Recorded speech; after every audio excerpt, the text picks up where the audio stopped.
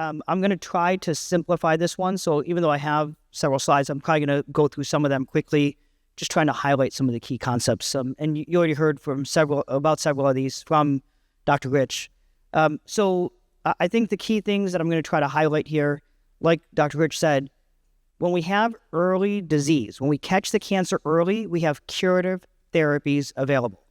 Okay, you're going to hear about several of these in detail, but we have curative therapies like surgical resection, where we cut this out, liver transplantation, where we replace the entire liver often with, once again, liver disease and the cancer. So it's a cure for both.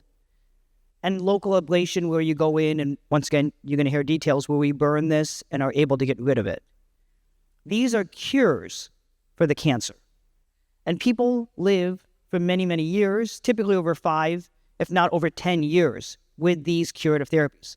So even though we talked about liver cancer being deadly, this is possible to cure if we find it early. We've seen incredible advances for patients without for non-curative therapies. And once again, you're going to hear about those details over the sort of next sessions. But we have local therapies that can treat the cancer inside the liver. We have systemic therapies, including immunotherapy that boosts your body's immune system to treat the cancer if it's more advanced. And these are notable in terms of that they improve survival, but they are not regarded as curative. So the average survival is typically between 2 to 3 years. So you can see there's a big difference if we find it early versus late. Okay, because of this, many societies, including our National Liver Society, recommend screening in at-risk individuals. So who are these individuals? They're the people that I talked about before, right? These are patients with cirrhosis from any one of those causes: alcohol, fatty liver, viral hepatitis. These patients should get screened. Chronic hepatitis B is a unique condition because it's a virus that can cause liver cancer even outside of cirrhosis, so even before somebody develops cirrhosis. So patients with chronic hepatitis B warrant getting screening earlier. But these are our main patient populations in whom we focus on in terms of screening. So what does this mean? If you do not have chronic liver disease, this isn't like colon cancer or breast cancer where everyone needs to get screened. This is really concentrated on specific populations. So that's fantastic in one way, but it's super complicated in another way, right? Because when we do public education campaigns, we can go out there and we can say, everyone should get colon cancer screening. All women should get breast cancer screening.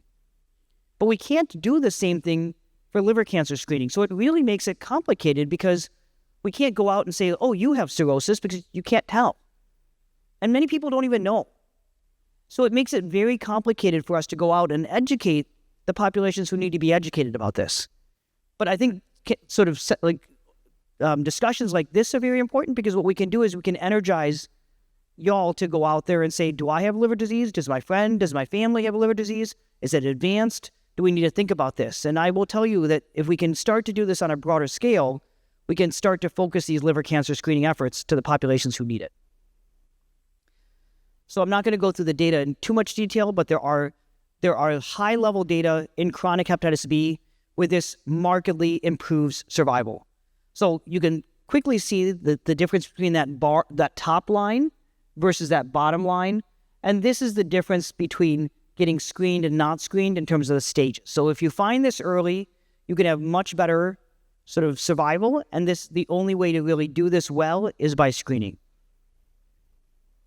The issue is that some of these data in chronic hepatitis B may or may not apply to our patients in the United States. And this is really one of the complicating factors. Because we talked about sort of like the U.S. population being unfortunately more obese than some of the other populations, and we have cirrhosis. So like the idea, Dr. Rich talked about ultrasound. The ultrasound is to find a liver cancer nodule in the setting of cirrhosis, which is by definition a shrunken nodular liver. So it's a very high task, a hard task to do. We do have data in our populations that show that this is associated with improved survival, and we should be doing this. So we do have data that, once again, screening is good. This improves our ability to find this early. We have data that shows that it improves curative therapies, and most notably, it reduces your chance of dying from liver cancer. Now, like everything, there's good and bad, right? I mean, like any cancer screening program, we need to think about, well, what are the potential bad things that can happen from this? So there are potential false positives that can lead to people getting unnecessary diagnostic evaluation. There's the finances of coming in for that evaluation. There's the anxiety of getting this done, right? So like, think about how many people you have a positive test and you're like, I don't want to deal with that. I'm just going to sort of ignore it and hope it goes away. So there are these potential sort of harms of cancer screening. And so like, I think it's important for you to know that these aren't just ignored when we think of this from a medical perspective. We have tried to start to look at this in terms of the balance of the potential benefits and those potential harms. Now, I will say that the epitome of this, you will see this in other cancer screening programs. For example, prostate cancer screening. When you have a positive prostate cancer screening test, you have to go through like prostate biopsies, right? That seems like a lot of potential physical harm. Here, one of the nice things is, for liver cancer, we don't actually need to do biopsies in many cases. You can actually diagnose this on a CT and MRI. So the physical harms of like the testing is actually pretty low. The financial and psychological harms, we have tried to go through this in terms of seeing how common this is and how bad it is. You know, sort of like what's the magnitude of this anxiety and the financial sort of results. What we can find is that those people who have new cancers, as one would expect, there is a mild increase in terms of anxiety and depression and the financial sort of impact of cancer treatment. Unfortunately, this is something where the U.S. healthcare system has to do better in terms of reducing the cost of cancer care. I think this is well described, unfortunately, across the board. I think we can advocate for this. This is probably a larger discussion than sort of what we can solve today. But I think one of the things that we did in this study is we also looked at this, how bad is this in people with false positive results, people without cancer? How much of a financial and psychological impact is there? There is some. I don't want to deny that, like I don't want to say that there isn't any. People can have some small increases in cost, out-of-pocket costs. They can have some small increases in anxiety that comes along with this. But the good news is that it's mild and it's short-lived. Once again, we can quickly resolve most of these false positives in a relatively simple manner in a relatively short period of time. So the good thing overall is that the net benefit, right, this benefit to harm ratio for liver cancer screening is highly positive. It is a favorable cancer screening program, and this is in contrast, once again, to some of the other cancer screening programs that fall in this gray zone, and there's more uncertainty if this is a good thing or a bad thing. We had a bunch of experts, not only in liver cancer and not only in liver doctors, but we had cancer screening experts. We had patient advocate. So Andrea was the representative here, where we had everyone come in. We held this in Dallas at the DFW airport. And so we had everyone come in and discuss all of the data for liver cancer screening. And what the consensus was is that liver cancer screening was highly favorable. High benefits. There were some harms that we needed to continue watching, but overall, this is something that we needed to do a better job of advocating for and reinforcing that to increase its utilization. Okay, so overall, the sort of slides I've shown before, good liver cancer screening is favorable in terms of its benefit to harm ratio, and we should do it. Now, how do we do it? Once again, Dr. Rich talked about this. We do this using a simple abdominal ultrasound plus a blood test called alpha-fetoprotein. Relatively non-invasive, cheap, easy, available strategy. Now, when you take a look at these two tests in combination, they find 2/3 of liver cancer at an early stage. This is good, but far from perfect. Right? We need to do better in terms of our strategies to find liver cancer early. And the unfortunate thing is that ultrasound also doesn't perform as well in our newer populations. It doesn't perform as well in alcohol and fatty liver disease. And that's why there's a lot of efforts from a research perspective in terms of finding new strategies.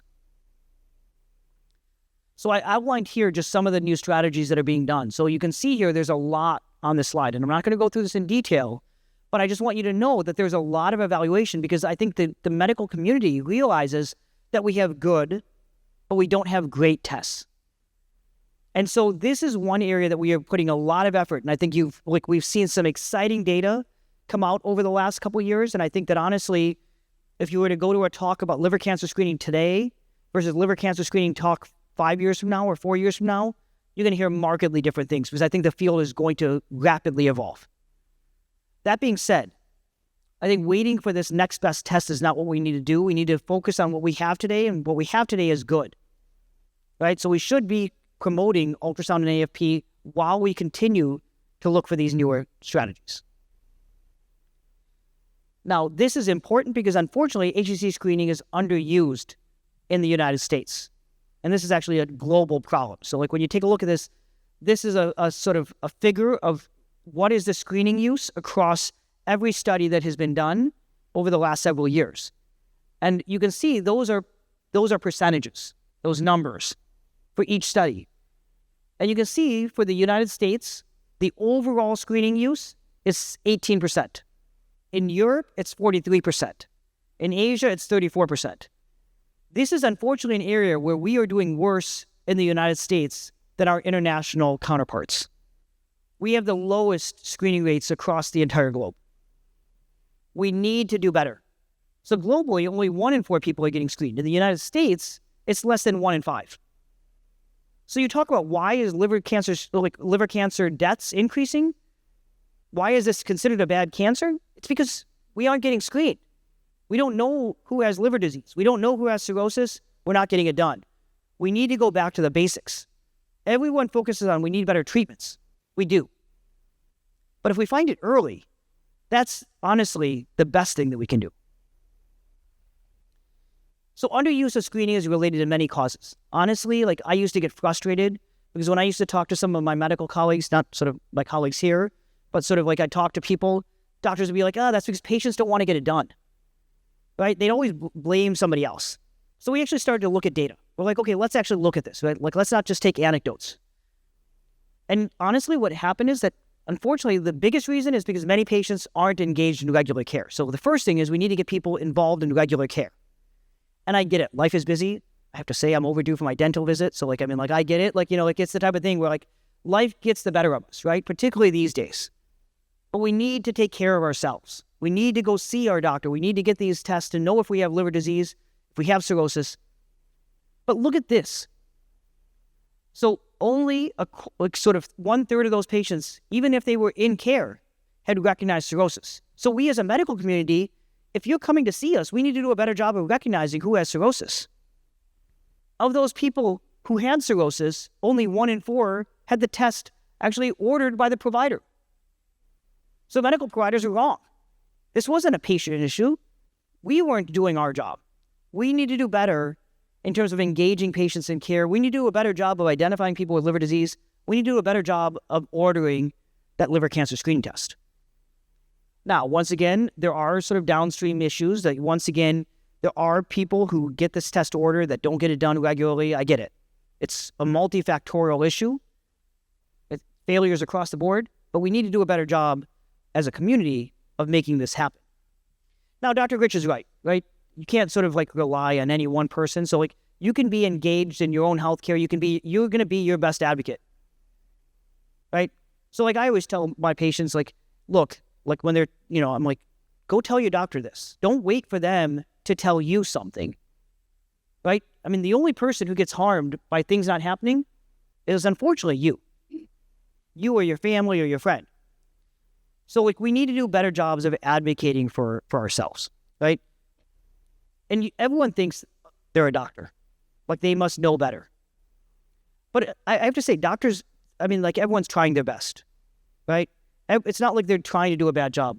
But unfortunately, there's as everyone knows, shorter times in these visits. There's a lot to take care of. And sometimes it's just things get dropped in between the cracks. And so if you know about something, it's good to ask.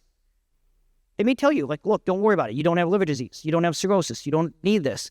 But it doesn't hurt to ask. Okay. So why aren't we doing liver cancer screening? So we talked about this being multifactorial, once again, failures across the board. This was a survey study that we conducted where we actually asked patients, what are the barriers to liver cancer screening? The most common barriers that we heard from patients: costs, difficulty with scheduling the ultrasound. I don't even know, they didn't even know where to get the ultrasound done. They're like, forget trying to schedule it. They're like, who do I go call to get the ultrasound done? And then transportation. So some people had a hard time finding a ride, et cetera. And there were other things like, trying to get someone to take care of the kids, getting time off work, et cetera. Lots of barriers, but these are the 4 most common. And you can see across different kinds of healthcare systems, these were reported. It's not just, patients being followed at a specific hospital. This was true for people being followed at academic centers, county hospitals, VA hospitals. These are all sort of common. And anyone who reported one of these 4 barriers were less likely to get liver cancer screening done. We do know that there are interventions that can work. You can do patient education, you can do provider education, you can do things like recall systems, but we've shown that actually these are short-lived interventions. Unfortunately, we need to basically have it so we have better interventions that can solve this long-term. And I think efforts like this are important, but we need to continue thinking about more intensive, repeated interventions if we want to make a difference long-term. I'm going to skip these 2 slides in terms of details, but I'm just going to tell you once again, there are blood tests that are being evaluated. I don't think we have the answer quite yet, but there are blood tests that are being evaluated. I am particularly interested in this area because one of the things that I think makes it difficult is you come in to see a doctor, and for liver cancer screening, then they're like, you need to get an ultrasound done, and it's an extra step that's done on a different day. But if we were able to change to a blood test, this could be done the same day you go see your doctor. It would simplify the sort of process for everyone. So we are actually now conducting a randomized study, like this large trial across the United States with over 5,000 people, where we're comparing blood-based screening versus ultrasound-based screening. We have over 2,000 patients who have already enrolled in this study, many of them actually here in the state of Texas. And so we will hopefully have an answer if this is a better way to do this in the future. So in summary, I think, people say that you can only take away like 1 or 2 points from any one talk. So I think if you're going to take anything away from this, if we find liver cancer early, we can actually do much better. We can cure it if we find it early. This isn't sort of a death sentence for everyone. The way we find it early is liver cancer screening. So screening is simple. It's actually done with an ultrasound AFP, but it's not done often. And so we need to do a better job of making sure that we do what we have available now. And we are working for ways that are better, higher sort of chances of finding it earlier, easier to implement, and hopefully we will have better answers for you all in the future. Thank you.